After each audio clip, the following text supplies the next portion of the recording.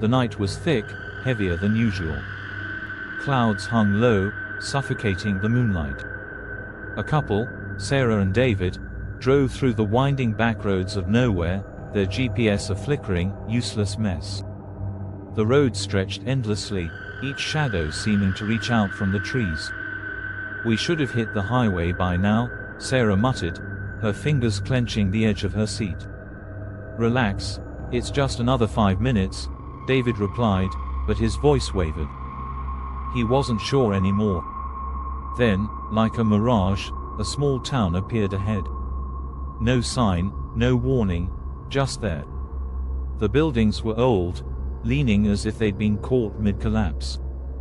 The streetlights flickered weakly, casting shadows that felt wrong.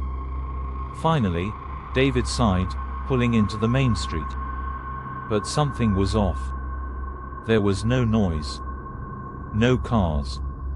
No voices. Just the faint hum of the wind. Sarah rolled down her window. "Hello," she called out, her voice echoing unnaturally. A figure stepped out from the shadows.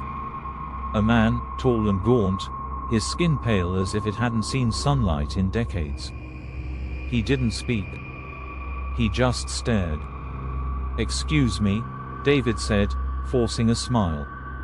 "Can you tell us how to get back to the highway?" The man tilted his head, his neck cracking unnaturally, like an old door hinge. Then he smiled, a wide, toothy grin that stretched too far. Sarah whispered, "David, something's wrong." More figures began to emerge, one by one, from the alleys and doorways. Men, women, even children.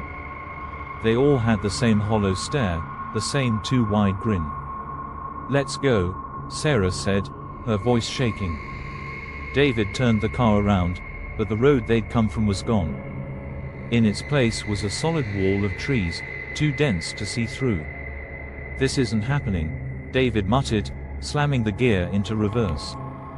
The townsfolk began walking toward them, slow but deliberate. Their footsteps made no sound. "Drive," Sarah screamed.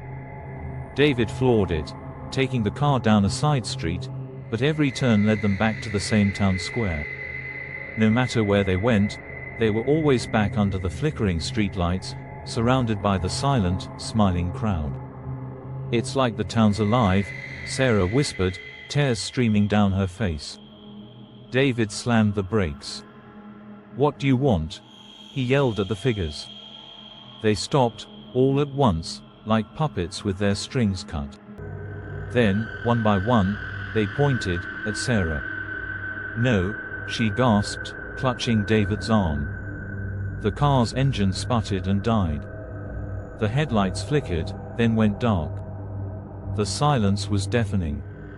The figures were closer now, impossibly fast, their faces pressed against the windows, their smiles growing wider, their eyes black as the void. "Don't look at him," Sarah whimpered, squeezing her eyes shut. But David couldn't help himself. His gaze met one of the townsfolk's. For a moment, everything froze.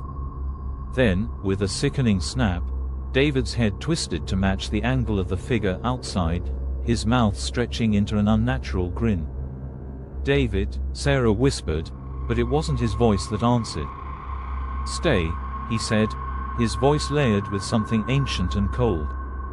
The last thing Sarah saw before everything went dark was David's hand reaching for her, his grin too wide, his eyes too black, and the silent townsfolk closing in.